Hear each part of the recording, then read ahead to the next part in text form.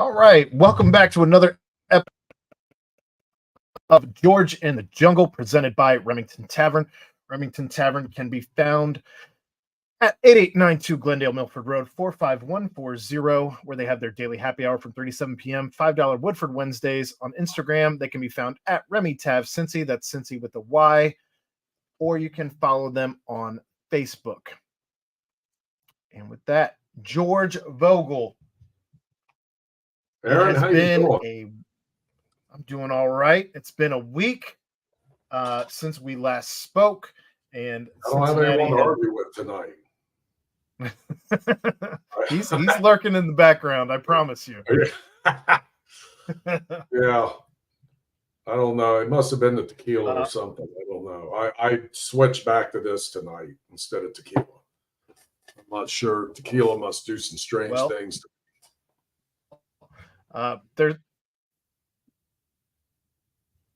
There's no refs to argue about tonight, but since we last spoke, there was an opening day for your Cincinnati Reds.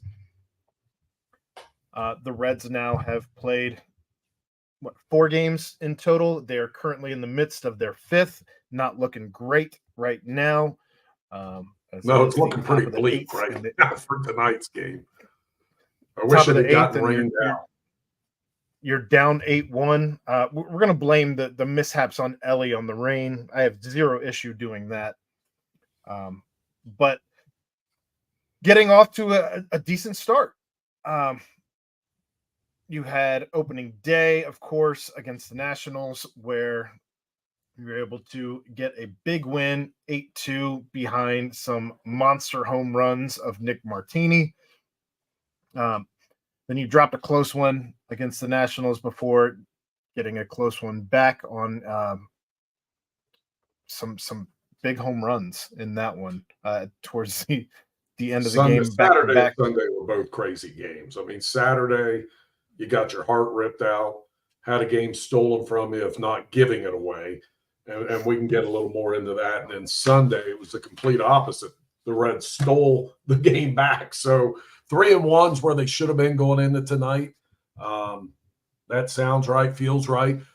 With the McLean surgery and that news breaking after my bold 88 win prediction, I dialed it back to 85 on opening day. If they had won tonight, though, I was going back to 88. I'll sit on 85 right now. Can you do that after the season starts? I did say 85 on opening day. I had to readjust after it looked like McLean might be out a little while now, which is such a shame. But thankfully, they've got some depth, and thankfully they kept Jonathan India around. At least, looks. If I know people are down on his range and those defensive metrics and all that, but God, the guy's somewhat of a player, and he just battles all the time, and was a big part in what happened Sunday. But starting with opening day couldn't have gone better. I mean, the weather was great, the weather was great, the crowd was great. Frankie Montas was great, 6 shutout innings. Brent Suter was great to close the game. There he is. Chad, how you doing? George Vogel was in a Cubs hat. I was. You're right. I was incognito. I've never worn a Cubs hat in my life. But I was playing a little prank on Charlie. Charlie was down there doing his thing, and he knew I was going to be around. What happened to the hat and the sign? The sign got destroyed. In fact, some dude, what do they call that move in wrestling? A stink face. Where you put somebody's face between your ass cheeks and shake it? Some guy did that to the sign down there, and it was on the air, like on camera. A fan picked up that torn up sign. Me and this kid tore it up. It said "Go Cubs" on it with a Cubs logo, and some fan right in front of the camera picks it up and wipes his rear end with it. It was. I'm glad I wasn't the one running that show. I'm glad it was Charlie's baby. But yeah, that was a fun day. That parade, the parade's crazy. It's a lot of fun. It is just like a Reds, actually not even Red, just a Cincinnati love fest. And there were a lot of people again. It draws a huge crowd. And it's funny because a lot of the players and Suter said he'd never really been a part of that whole opening day thing. And those players who play for the Reds never get a chance to go to that thing. Sometimes they'll have a couple starting pitchers who aren't going to play that day riding the parade. But most guys don't even know about this stuff until they're retired. And then they come back in their Grand Marshal or something or riding on one of the floats. And then they realize, oh, my God, all this was going on when we were down at the stadium. It's a real eye-opener for a lot of people from out of town who have been a part of it. I don't know if you noticed me looking off screen. Yeah. You cost me like 3 bites of my favorite snack in the world. Oh, God, I'm sorry. Is it the new Grippos? Are those out yet? No. Oh, yeah. Cervati's pretzel chips. Yep. And beer cheese. Yep. Hard to I beat. can eat this whole, I won't, but I can eat this whole bag sitting here listening Easily to you, Aaron. good. Yeah. No, that stuff's good. That stuff's good. So I opened it. I had 2 or My wife said I was an a-hole when we were yelling. I go, well, he was yelling at me, but that doesn't matter. You, Mr. Almighty, get a free pass. I'm the a-hole. That was so funny. I told Aaron, I think it was the tequila in me. Hey, here's the thing. I'm not yelling. That's just the way I talk. I like to argue. It's a podcast. Sometimes we argue. I agree. I totally agree. I don't take it personal. I don't get my feelings hurt. I and thought you saw what happened tonight, or did you with Indiana State? Yeah, they're really good. Yeah, 1 by 10. Really good. They're really good. That was a hell of a game. The more I thought about it, and the more I went back and looked, and that was a tremendous game. That's what upset me is we were talking. We had to talk about officials because they sucked. It's not the end result of 2 teams playing a great game, which is what happened. I just felt like in the last 2 minutes the chance was still there, and it was, and they just. I know.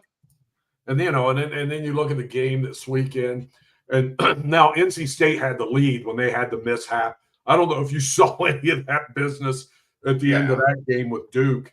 But my God, with about 4 or 5 minutes ago, just a horrible call, and Kevin Keats got a technical, and but NC State still had the lead. But man, Duke got away with murder a couple times there. That Phillip Allen puts his shoulder right into a defender and buffaloes him. They did twice. They didn't call it, and once he throws the ball up after he makes contact and it hits the shot clock out of bounds, and they ruled it out on NC State. That's when Keats got that technical. Yeah. Crazy. Again. Oh, no, if that costs him this game. Oh. Official makes bad call then turns around and gives the coach a technical for being upset about said bad call. Right, about their own screw-up. But, NC State was able to hold it off. They were the better team. I don't know what's gotten into them. I watched them in the ACC tournament. I had them going out early in the NCAA tournament because I thought there was no way that they could go on that kind of run that they're on right now, given the season they had and the way they ended the regular season. And my God, somehow, some way, it's all coming together at once for them. And they have I'm going to eat some about it. I'm going to eat some Cervati's pretzel slices and beer cheese, and watch you guys do your gone tonight. Well, the problem was the minute that I turned my camera on and started talking to you, Kelsey took that as her cue to come in here and stand next to me and eat the pretzel chips and beer cheese because I'm on air, and she knew that the door was open. Good for her. She should enjoy some of that too. Just don't eat it all because I don't want you to have to call the doctor in 2 days. No, the funny part was I got it a couple days ago, and I hadn't had a chance to tear into it yet. Oh, so I was standing and she was in the living room, and I was like, "Hey, you know what sounds delicious?" She was like, "What?" I was like, "Cervati's pretzels and beer cheese." And she looked at me and she shook her head. She's like, "That does sound good." As I was pulling the pretzels out of the bag, like, "Oh, look what that is." You beat her to the punch there. I did. Now she's getting even. All right, have a good show, boys. Thanks, Chad. Good to see you, Thanks, brother. Chad. He just made All me right. hungry.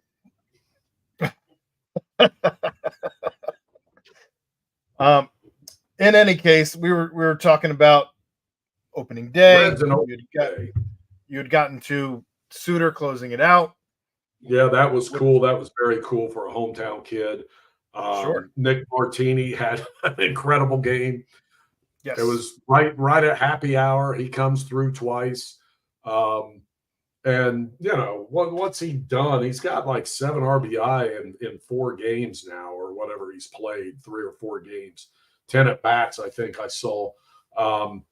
You know, you're happy for a guy like that who was out of the major leagues and playing in Korea, and at his age comes back and come on, if everybody was healthy, was he going to make the roster? No, I think he's like 31 years old, 32 years old, something like that. Yeah. And I mean, even on the flip side of the coin, a guy who didn't make this team, who actually plays for the Nationals, you saw Nick Senzel, who ended up being a scratch just before the game starts as he breaks his thumb just fielding ground balls right before the game starts. It's not funny. I feel bad for Nick because he's always hurt, but one of the on-air guys, and I won't go into too much detail on names, but they're doing the pregame, and they were told by a producer in their ear, hey, Senzel just got scratched. And the dude thought he didn't repeat it. He thought they were just joking with him because Senzel was always hurt. So they're like, oh, they're just messing with him. So they go to break, and then he finds out, no, he really was scratched on opening day with his new team. It's like some things never get old. They just keep doing what they do. Nick sends IO. Yes, thank you. That works perfect now. Couldn't do that with DL, but now that it's IO, you can. In the same game, you also saw Jesse Winker do something that we are all too often accustomed to seeing here in Cincinnati, which is Jesse Winker running the bases terribly as he got gunned out trying to turn a single into a double because he thought he had wheels, and he never had wheels. Never did he have wheels. That was the one tool you knew he didn't have when he got up to the Reds. So yeah, that all went smashing. And then Saturday, my God, it looked like they'd never played the game. They had a couple pop-ups. Well, they didn't get charged errors, but maybe they should have been. The one, you know, it was Ellie and Stuart Fairchild, I think, converged, and I guess Ellie had called for it and couldn't grab it. And if I remember right, that day was very, very windy, and they didn't say on the broadcast that the wind was affecting the ball that much, but I think it did because there was another one in the infield that got away from, maybe it was Espinal. And then Fairchild later in the game with Abrams on third, and he comes charging in on a fly ball, catches it, and then just kind of lobs it to second base. I mean, I think that ball, you know, I think he should have been come up firing at home and just seeing what happens. If I remember right, it was a go-ahead run, but or a tying run. But yeah, that one got away with Diaz. He just got, you know, it looked like the Reds were going to win that. They were up, what, 6-4 or something going to the ninth. They were up a couple, I think. And then Diaz just got roasted. And you're like, my God, this is what he looks like when his arm gets tired during the season. You know, there's been a couple of seasons now where they've had to kind of back off of him during the season for a week or so and let him get his arm strength back. And you're like, not at the beginning of the season. What is this? But he bounced back and had a really good outing last night to nail down that win, or a fairly good outing. He had that sweet strikeout on that slider. And it may have been Harper who had the big game tonight that got rung up on that called strike. But so Saturday, yeah, they gave that one away, and Diaz looked bad. But then Sunday, you know, it looked like they were going down. They grabbed victory out of the jaws there. And Jonathan India, who I talked about earlier. 11 pitches. He had 2 outs, nobody on, and they're down, 2 runs. And battled 5 straight. I think he got the 3-1, and he had 5 straight foul balls, and then hits that double down in the left field corner. And then Benson homers to tie it up. And then they were down 1 run, not 2 runs. They had the Benson home run tied it, and then the. Yeah, but Benson was a 2-run homer. Oh, you're right. You're right. Yeah. Yeah. Benson did tie it. So, Benson gets the homer, and I'm like, now's a good time to go get a beer because I'm probably going to see extra innings. So I get up, and by the time I come back, Encarnacion Strand's rounding third base or second first base. I'm like, is this a replay of something from earlier in his career? And then I see the dugout empty and fan. I'm like, this kind of looks like it's live. I missed the damn home run the first time. I had to see the replay because I went out to hit the cooler. Life comes at you, George. It does. And you know what? I said this, I don't know, a couple shows ago, but kudos to baseball for getting those rules right and speeding the game up. Yeah.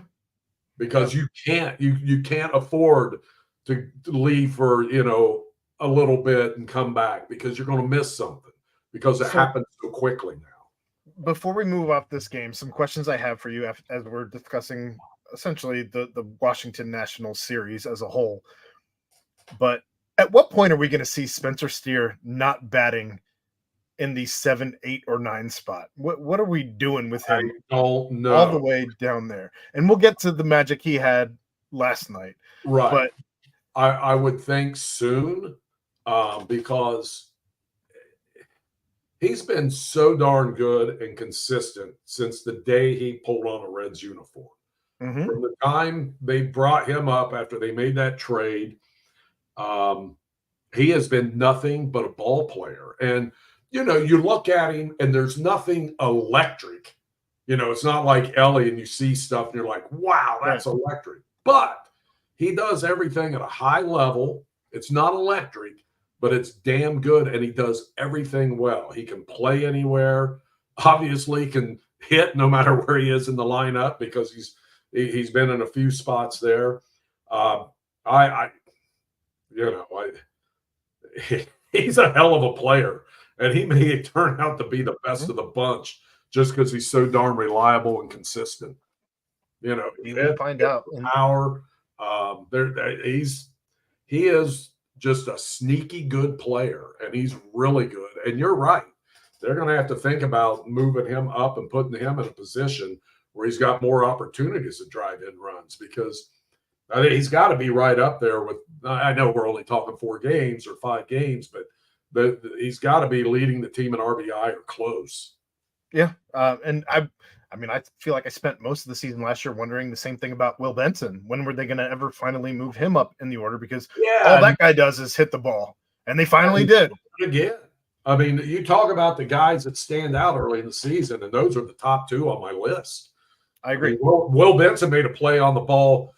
Harper would have had a 4th hit tonight if he didn't make that diving play in the outfield, robbed him of at least a double catching that ball. And he's, been getting it done at the plate too. I mean, he hits the ball hard. I mean, he gets doubles and wasn't known for home runs for a while there. It took him a while to get his first major league homer. If I remember, it was a walk-off last year, but he's hitting with power.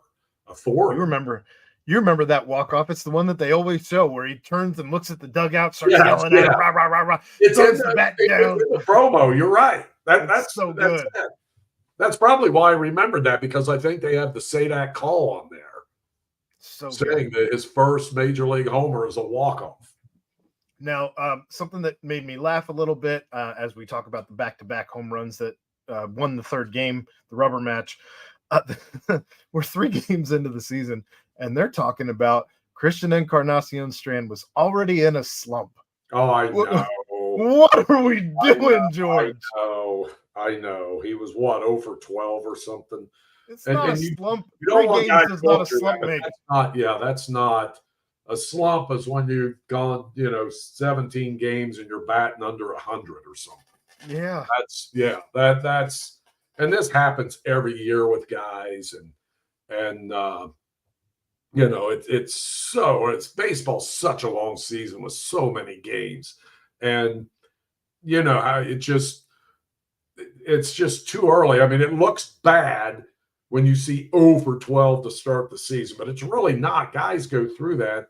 If you go through that in June over a 3+ game skid, no one's really going to notice it. But at the beginning of the season, they notice it. Everything's kind of magnified now, just like it gets in the playoffs. But I don't worry about that guy either, because again, that's another dude that can just flat out hit. And those guys have to be ready. Guys like and probably even I would say Steer and Benson as well.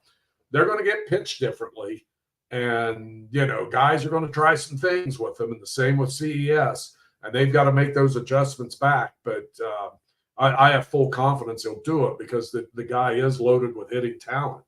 And Candelario's another one people were complaining about over the weekend, and it's like, my God, we're not even 3 games into this thing, and people are like, I've seen enough of this guy. Why they spend $15 million a year on him? And again, maybe he won't live up to that contract. I don't know, but I will say this: I'm damn glad they went out and got him, given what happened with Marte at third base, and they have a veteran who has been there and done it at a pretty high level, and should continue to do it. There's no reason to think he won't continue to produce the way he has. So, that looks like a hell of a pickup by the Reds in the offseason. But yeah, all this stuff's just magnified early. Just hilarious to me to see people talking about slump talk. And I even saw, I feel like I saw either an article or maybe it was just a tweet of people talking about, is Alexis Diaz, did he overpitch last year? Is that why is he washed? The drop off because the drop off to relief pitchers is so quick. Yeah, it does happen. But when it does happen, and people were just concerned. But he's still young enough, and he should be fine. I agree. In any case, it looks like the game is over. The Reds were able to get it a little closer. 9-4 is your final. But last night, you saw a little bit of magic in extras as the Reds end up winning 6-3, largely behind the bat of Spencer Steer. Yeah, that was a hell of a game. A fun game to watch. And him cranking that grand slam and finally showing a little bit of emotion out on the field, because he's a guy that just stays right here. Even to first base, he kind of and he should have. That was a big hit. That was a fun game to watch. And as I said, he's one of my top 2 out of the first few games that we've seen here. And I expected. Now, is he going to keep hitting at this pace? No. Either that or these changes his name to Ted Williams. But he's going to be a good player for them. I mean, I've seen enough that I think Spencer Steer will be a damn good everyday player for the Cincinnati Reds. And given the other guys around, they're in a pretty good spot. I feel good about my predictions here. Are you worried about Elly yet? Is it too soon to talk about him and all these strikeouts? I'm not. The guy is he old enough to buy a beer yet? I don't know. I guess he is, but so I guess that's where the fact that we're even having that conversation. I think they said he was 4 years old when Joey Votto, the last time the Reds played without Joey Votto. I think I saw that on the broadcast. 22. Thanks, That's Chad. Hilarious. Yeah, I'm not worried about it. I do wish he made more contact, because and I tell you what, laying down that bunt the other day and beating it out rather easily, that facet of his game could be very valuable as he goes along in this season. And it was a nice bunt he laid down too. Sure. Have a chance. But at 22 years old, a guy who didn't even play a full season last year, if I remember correctly, I think he got called up not until April, May. It was May or June, right? Okay. So it was definitely in time for him to get the Father's Day armbands that he continued to wear throughout the rest of the season. So he definitely was around. He's got so much talent. Yeah, I'm not too worried about him. That's a guy, by the way, as I said earlier, electric. I mean, and when he gets in a groove, and he can beat you so many different ways. Right. I mean, with his speed, with his power, he's so fun to watch. I mean, and Spencer Steer is a guy that I would probably buy a ticket to see if he continues to play the way he has since the Reds. I mean, but Elly is a guy, your kid's bugging you to go see. Like Sure. they're tugging at you, saying, "Let's go to the game. I want to see this dude. I And want I to go don't get his autograph. I just, I hope to get a foul ball from him, whatever." But he's got that kind of energy and just electricity in his game that he's a phenom, is what he is. I don't think you're that far off from having the same conversation about guys like Matt McClain, which I think Yeah. he kind of put himself in that conversation last season. And then I think this season you're going to see a lot of that with Christian Encarnacion Strand because he's so big. If he's able to just continue to put the bat on the ball, the guy's he's going to hit a lot of home runs, especially in Great American Ballpark. And we alluded to this maybe last week or the week before, but just those moves that brought, obviously McClain through the draft, Ellie they signed, kind of got a little lucky that he exploded like he did after they signed him. Sure. But bringing in Steer and CES in those trades was huge. It was, I mean, those are players that are going to play for the Reds for a long time, I believe, or at least play until you got to get to that second contract and see what happens. But they're going to help. They're going to help this team. This team, in the past, they had to do some patchwork, and it was a few veterans they brought in, whether it was, some former Cardinals that they used to rely on, guys like that, like Ludwig and Schumacher. They were patching holes. They haven't seen, when they have everybody healthy, they're not patching holes. They've got good, legitimate, young major league players that are on the upswing. And that's why I'm so excited about this team. And despite the result tonight, Bryce Harper, came in with no hits on the season. I wonder if he was in a slump. And then breaks out with 3 including a grand slam and damn near had a double to go along with it. So he had 12 total bases, almost had 14 in the game. And God, I don't know how many RBI, at least 6. We have seen one full rotation of the starting 5 so far. Of course, you're missing Nick Lodolo, who's down in Louisville, making waves down there, but he should be. He's a big leaguer. As he continues to try and bounce back from his injury. But who's impressed you right now out of your starting rotation, and who has thrown up some red flags for you? Okay, let's go through it. So we had Frankie opening day, who was really terrific. Lights out. Yeah. Hunter Green was okay Saturday. He's got to be he hasn't been pitch efficient ever. 4 1/3. He needs to be a little more pitch efficient, but he had some stuff working. He also didn't have a great defense backing him up. No, he didn't. And it was funny. I think it's fair to say that.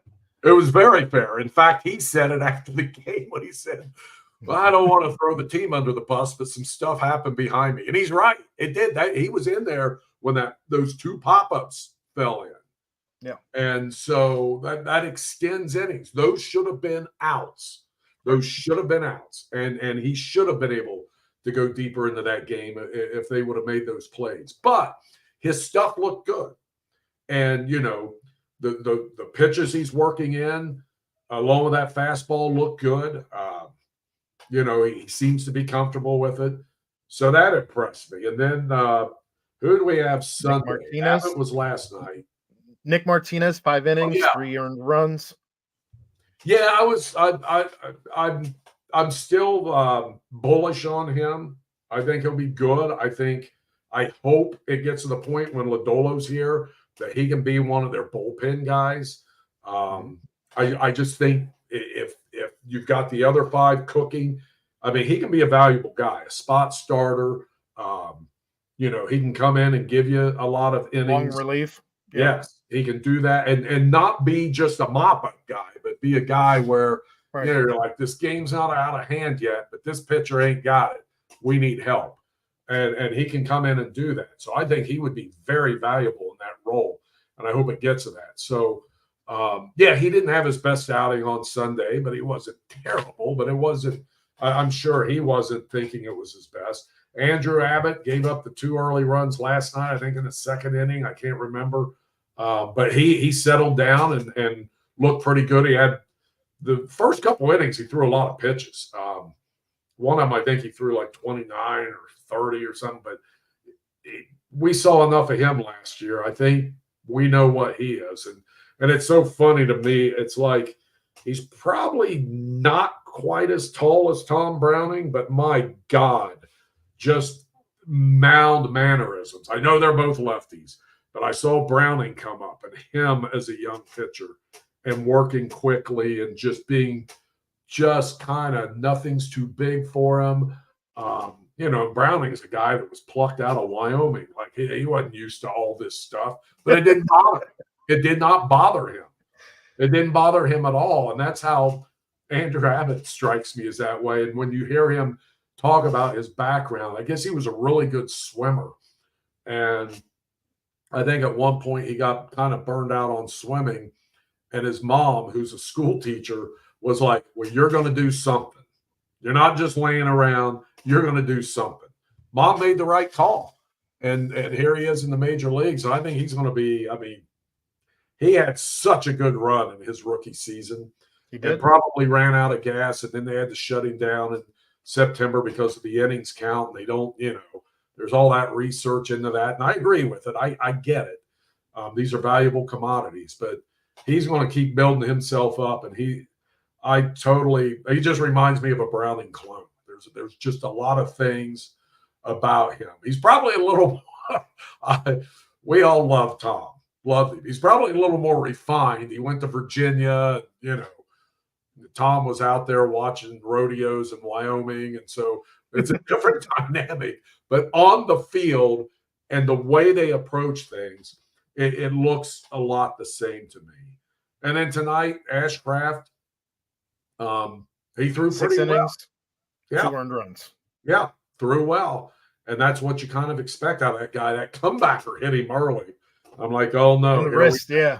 Because that happened last year, and he was out for a while after that comebacker hit him in the shin or the knee. I think even in that game, I think he stayed in, and we didn't find out until that game was over. He did stay in. He stayed in and gave up a few more hits, and then they decided they better get him out of there. I hope we don't get news like that tomorrow, where it's like, I hope not either, because his wrist was actually worse than we thought. Yeah, that's just being snake bit when that kind of stuff happens. But and that's another guy. I'll tell you what, that's another guy when I think of Browning and Ashcraft's bulldog mentality out there. Mm-hmm. He's got that. So I'm excited about the pitching staff they put together. And if Montas is healthy and is the Montas I saw in Oakland, and it's a gamble.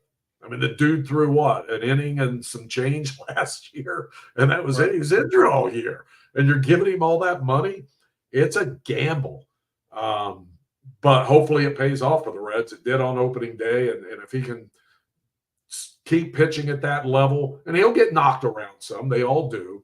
But if he can keep pitching around that level more often than not, it's going to be a hell of a pickup for the Reds.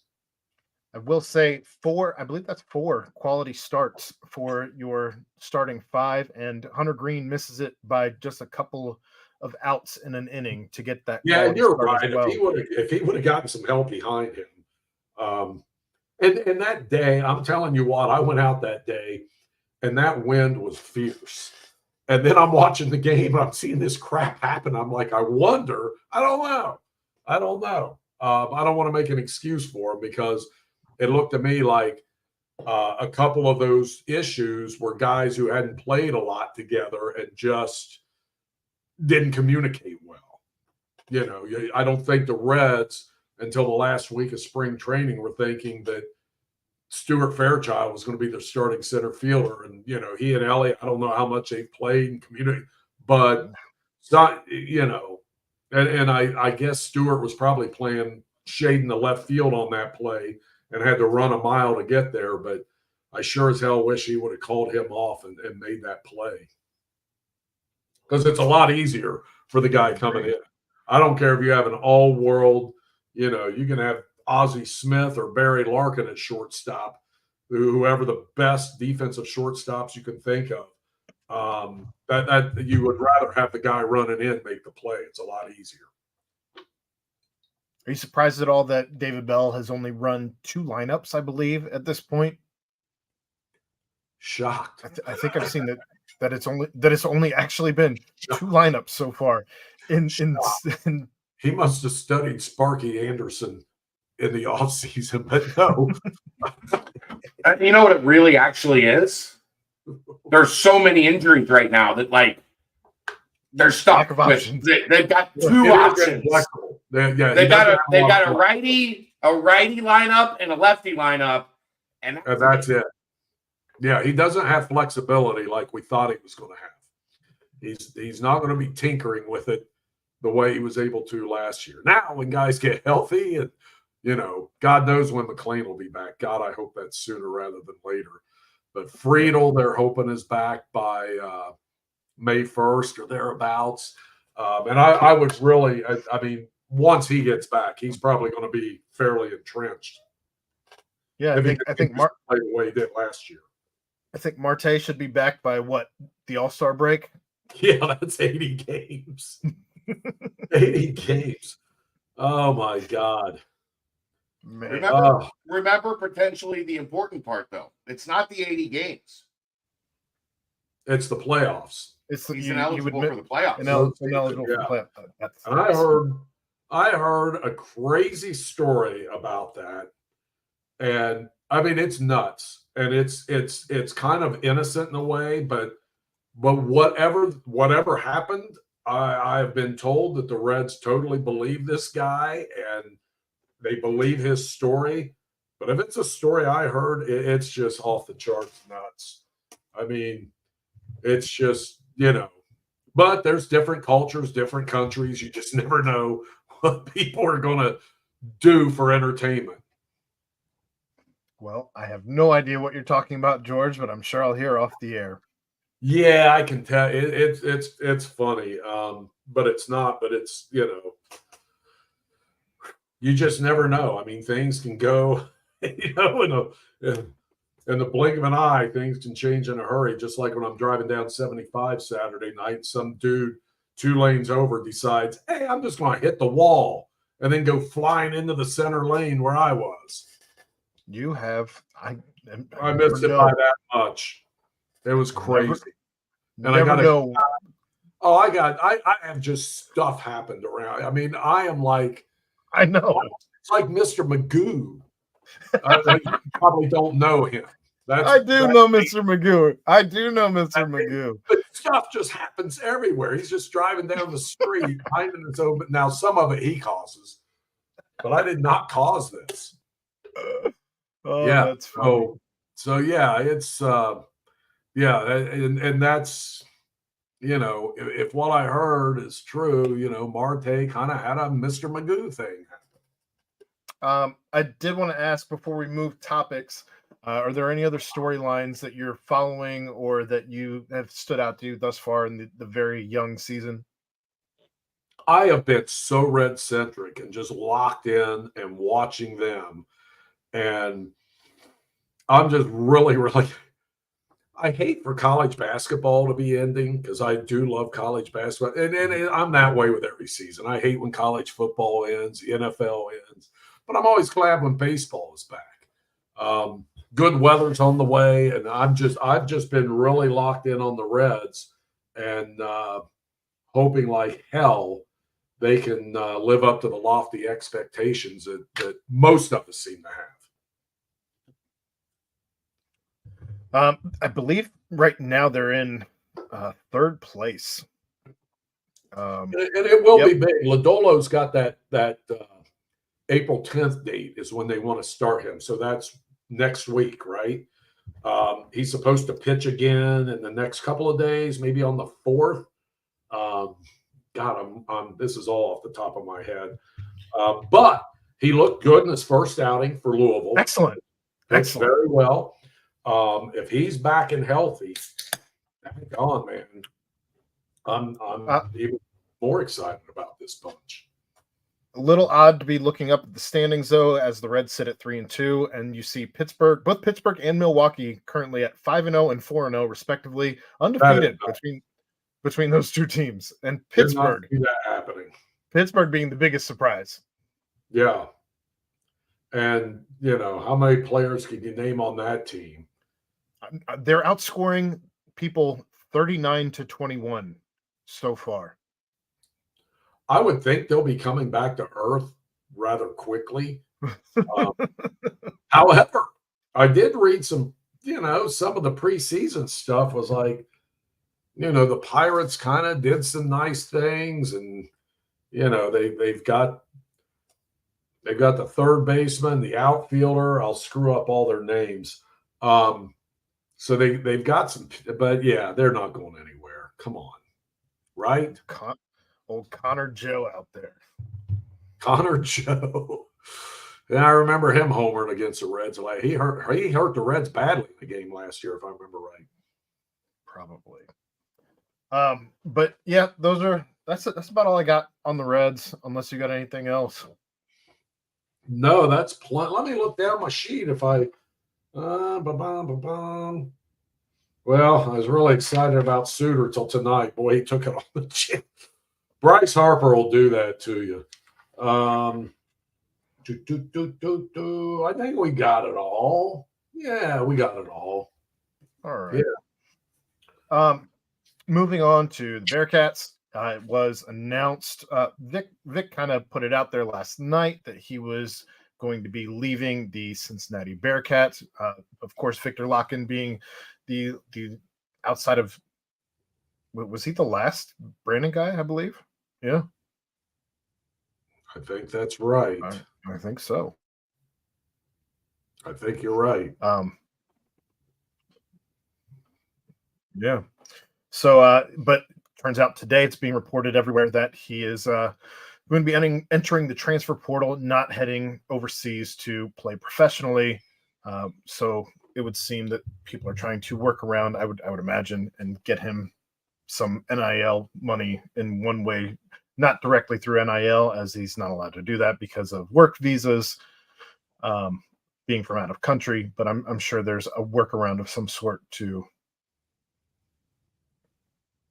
get him some money.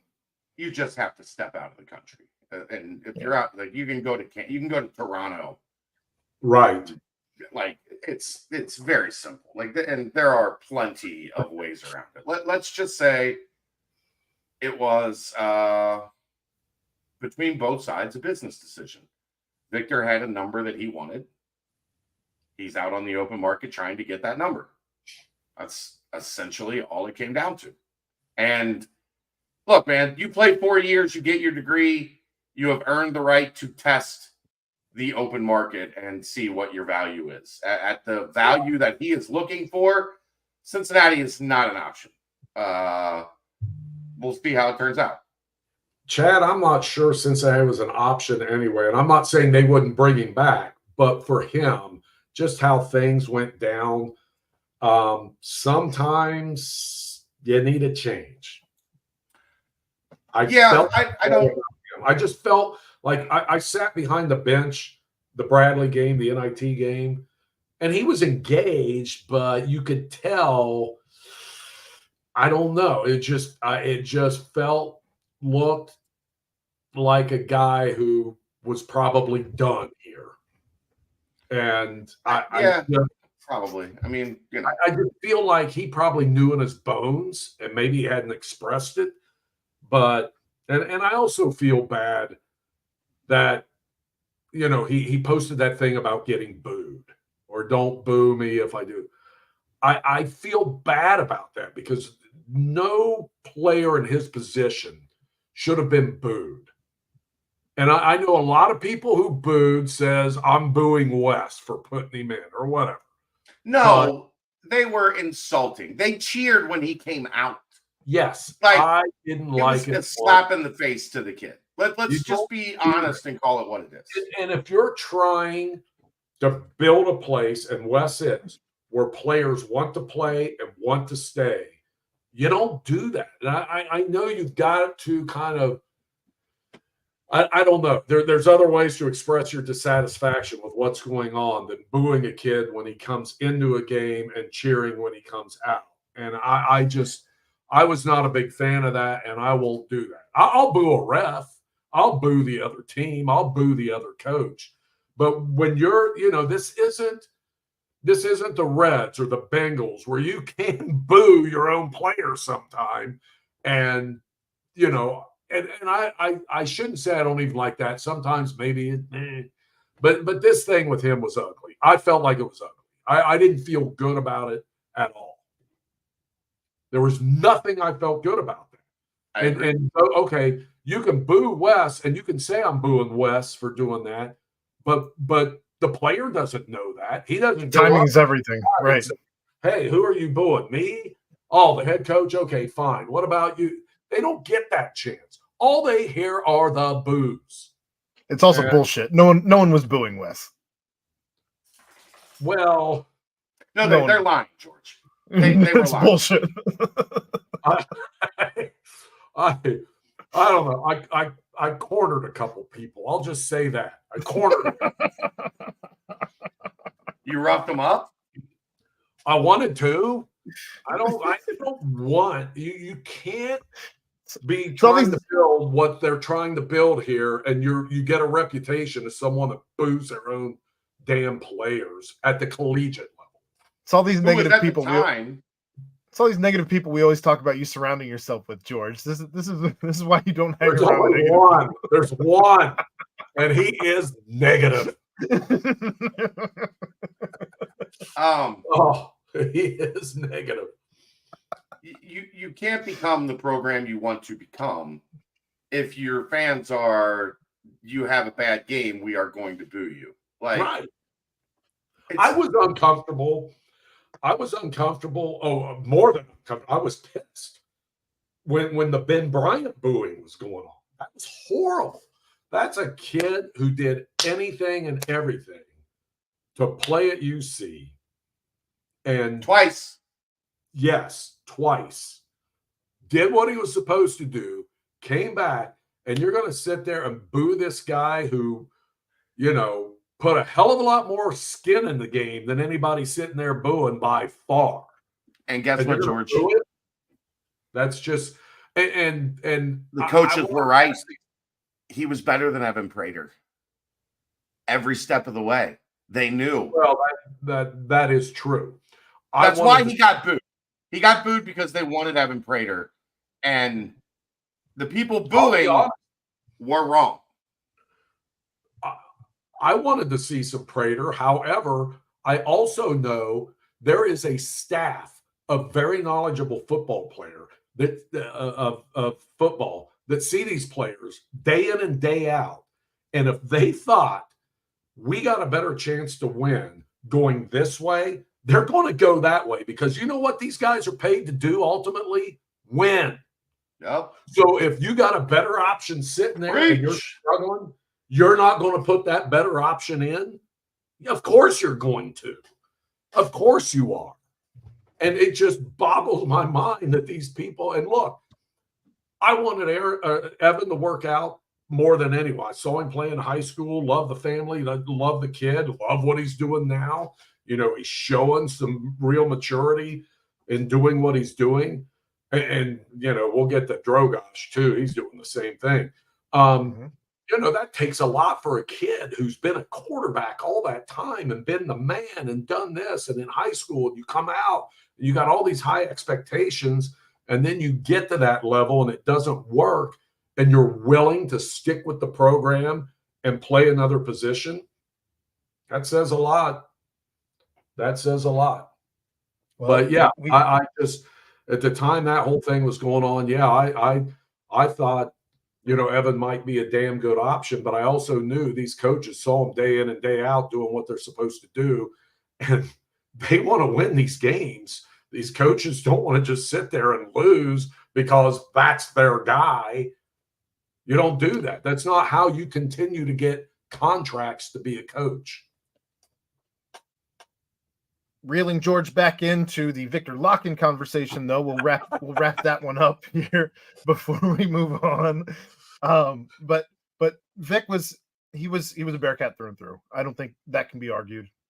He was a mainstay through.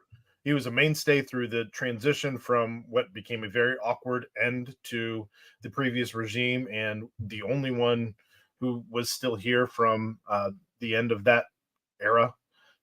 as he was here for Wes's entire beginning and evolution there. So happy trails to Vic from me.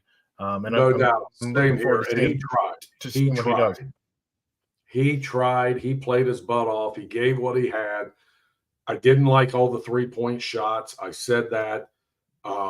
That's something I think could have been reined in from a higher level. But all that being said, the kid did the best he could. And I think hopefully he looks at the whole thing as a positive. I really hope that he doesn't go away with a negative feeling and feel like that, I should have done something else or gone somewhere else. Or I hope it turns out to be a good experience for him. Based on his goodbye, it seems like it is. I hope he really feels that way. Yeah, I can only imagine what he's gone through being away from home. Exactly. And this is a young man. This is, I don't want to call him a kid because I don't know anyone that size. I can't call a kid, but he's young and he's still trying to find his way and dealing with all these balls in the air. I don't know how he does it. I couldn't have done it. I could not have done it when I was his age. Let's not forget his home country has been at war for a little while here as well. So, and that's had to have weighed on him because let's face it, it's not. We know what that war is viewed as, and he's probably heard a little bit about it. A political mess. We'll call it that. We'll leave it there. But some grief about that. We will just call that a political mess and move on. Yeah. You did allude to a position change on the football field, however, as we got the Ben Bryant tangent. I did not see coming at the beginning of this show when we were running through our topics. Chad, I brought that up. I'm sorry.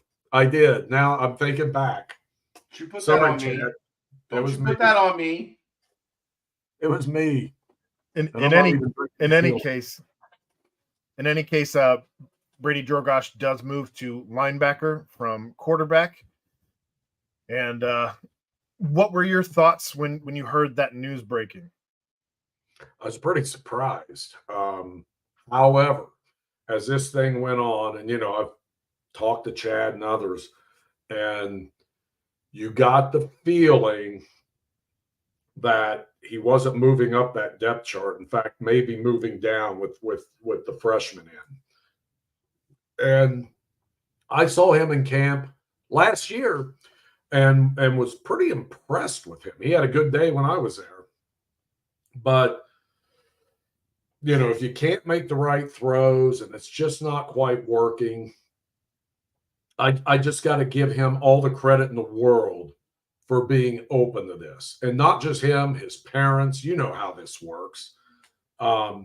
If you're a 4-star quarterback, and I can say the same about the Praters, you're a 4-star quarterback coming out of high school and you've got all these great offers and all this, and you go to Cincinnati, it would be easy. And we've seen it happen before, and we've seen it happen at UC, that immediately, oh, my kid's not the starter. He's not second string. We're leaving. We're out of here. And the story would have been the same somewhere else. Ultimately, you are either good enough or you're not to play that position. But he's got he's got size. He's got athleticism. He's impressive. I saw him, run the ball at these preseason camps and all that. And he can fly around. I think this is beautiful. And you look at position changes in the past, and obviously there was one kid who came to UC as a quarterback that moved to tight end, and that worked out. Then there's another kid who came, that was Travis Kelce. Then you got another kid who came to UC as a tight end, moved to defensive end, and became a 10, 11-year starter in the NFL. That was Connor Barwin. I mean, these things can, if you've got the ability to play another position and you're washing out at this one, take advantage of it. Go for it. Be the best you can be at that position. And everything I hear about this kid, he's going to try to make it work. And I just think, you have certain people who are just freaking stud athletes. And once they find the groove and the position and all that at the level they're at, they can take off. And, kudos to him, his parents, and the coaching staff for trying to make this thing work the way it is. And I think it's going to work. I really do. You also have a coach in Tyson Veit who has done this before with a quarterback. I think that guy Iowa State. And when he sees someone he thinks can step in and play, I agree with you. And so with linebacker kind of being, while it's not his position group, I would still imagine it's still his baby, if you will, being the way that he's coached in the past. So I wouldn't think that he'd put somebody there who he didn't think could actually handle the position change. So yeah, and Drogosh has the athletic ability. I think that I think he's one of those guys. So he's got size. Yeah, he's a quarterback, but he's got size. He's got speed. He's got everything. You want him on the field somewhere, right? And right. You trust these people who are experienced coaches to make the right call for him. And apparently he agrees with it. It seems like he's embraced it. And like I said, if there was a dissenter among the group, being him and his parents, he might be transferring to who knows where. But he's not. And he's sticking it out here. And that's another thing that speaks well of the program. And you got a lot of that with Wes. I don't think there's a lot of guys want to leave Wes's program. I really don't. I could be wrong. Maybe tomorrow the gates will fly open and everybody's gone. But it seems to me guys want to stick around and play for him. I'm starting to get the feeling about this in football. And it seems like the guys that left in the portal in football were guys that were they were Fickell's guys. Yeah, well, I think those were Fickell guys. And sometimes the two don't mesh. No, they don't. They don't. It's, it can be a different priority system with coaches. It can be a different, obviously a different culture and things don't fit, different system for sure. And certain things don't fit. I mean, there are guys, and this happens in the NFL. There are guys, and they play a lot of the same in the NFL, but there are guys that are valuable on this team that aren't worth a nickel over here. And that used to drive me nuts about the Bengals because they would just draft these guys that don't necessarily fit what they do. The problem with the Bengals back then is they didn't know exactly what they do. They would change their mind every other year, and they could never get it going. Pittsburgh hasn't changed. They have not changed much of what they do, maybe a little bit on defense with the 40 years. Going from 4-3, 3-4, and back to 4-3. That's about it. But their culture has not changed since Chuck Noll became head coach in 70 or 71 or 2. I don't know what it is. And that's why you've had 3 head coaches, I think it is, in that entire time for that franchise. It's nuts, but it works. Absolutely crazy that it's been 40 plus years for the Steelers that they haven't changed. Right, 50. Man. 50. In any case, spring game right around the corner. Now that Easter is behind us, I believe it's the 11th, if I'm not mistaken. 13th, right? 11th is the Kelsey deal. 11th's the Kelsey thing. And the 13th is the spring. Which hopefully they do well.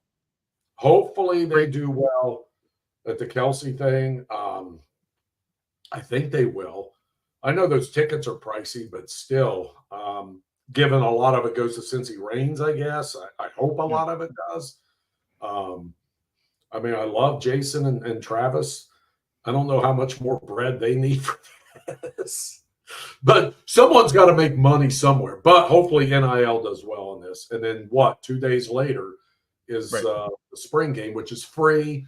Parking, you pay for parking. I think it's $10 day of at Campus Green. but they're selling prepaid parking for $5 at Calhoun and somewhere else. I forget. I don't think it's CCM. I forget what the other garage is. But anyway, it's all on the website. There you go. Any other topics that you wanted to touch on? I know FCC had a draw. I know that because I bet on them almost every game since they win more often than they tie. This is an interesting start to the season for them, and I won't make this long. But this one caught me. Let me see what I got. So they're in first place now in the Eastern Conference, but it's early and it's tight, and they do have one more match than Philadelphia, who's like 3 points behind them, and probably some other people that are close. But listen to this. They are 3-0-3, 3 wins, no losses, 3 ties. They have scored 6 freaking goals the entire season, and they have allowed just 3. So both of those, I believe, are the lowest in the entire league. It is crazy. First of all, it's crazy how good that defense is. And, Pat Noonan talked after the game about, the draw, the 1-1 draw with Charlotte, about the offense, and he feels like his guys are pressing now, which they probably are because they haven't, like I said, they scored 6 goals all season in 6 matches, and somehow they're in first place. It's crazy that they're doing as well as they are in the standings with that kind of offensive output, but he feels like it's coming. He just feels like they're pressing. And if they ever get an offense together, and maybe they won't this year, they've had to make some changes with some different players and everything. But and then they stole that draw. That was basically a win. They were beat, and they scored stoppage time to earn that draw. But I got to think they're happy with the beginning of this, given that they're not scoring any goals and you're still dominating defensively the way they are.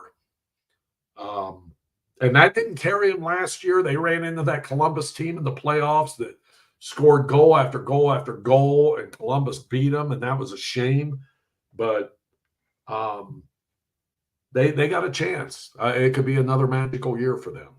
So I'm pleased with the start, and they play this week. They host the New York Red Bulls on Saturday night. There you go. Anything else high school? No, my buddy Tom Gamble's got his Skyline Crosstown Showdown games going with baseball. So there's good baseball games pretty much every evening, but this weather is not helping. Fair enough. In the comments here, real quick, the UC baseball game against Xavier and Mason was rained out. Everything in Cincinnati, I think, was rained out today. They're supposedly playing that, I guess, at Prasco Park, like April 8th or something. I wonder if Randy knows. Oh, I didn't have the comments on Jeffrey about the crash. I didn't have the comments up. I shouldn't have had them up last week when everyone was going, who's that old dumbass man? Did he even watch the game? That was hilarious. People were coming at me. And somebody deleted it. It's like, no, I want to talk to this guy who said, did that old man even watch the game? And I can't complain. I am an old man, but I did watch the game. Well, I did want to tell you, George, before we get out of here, I was in town for Easter, and I was able to get my hands on some Cincy Light. So I've been able to. Cheers. I got a couple cases and brought them home. So. And I just started seeing the cases. Did you get the full case? I did. I started seeing those in the past couple of weeks. I grabbed 2 of them on my way out of town. So good for you. Do you like it? I love Cincy Light. It's fantastic. Yep. It's not the first time I've had it. It's rare for me to actually bring it back. Yes. It's like in the old days when people used to have to get Coors west of the Rockies or whatever. Well, I had to search high and low for it for a while anytime I was in town, and that was a pain in the ass too, having to go to they don't have it out there in Eastern Ohio. Not yet. Like you can't drive down to Portsmouth and get it or something? I'm working on my local drive-through. We'll see how that goes. I should have had these comments on the whole time. God, I All forgot right. on. I just had it on private chat. Last week was exciting when I was all fired up and people were calling me a dumb old man. And God, I have to say, it's not hard for me to say something stupid. I'll have to do it at the beginning next week just to get it going. All right. Well, with that said, we will see you next week where George may or may not say something stupid immediately. But that's another episode brought to you by Remington Tavern. You can find them at 8892 Glendale Milford Road, 45140, where they have daily happy hour from 3 to 7 p.m. $5 Woodford Wednesdays. You can find them on Instagram at Remy Tavs Cincy, and you can also follow them on Facebook. But until next week, for George Vogel, I'm Aaron Smith. We'll see you then.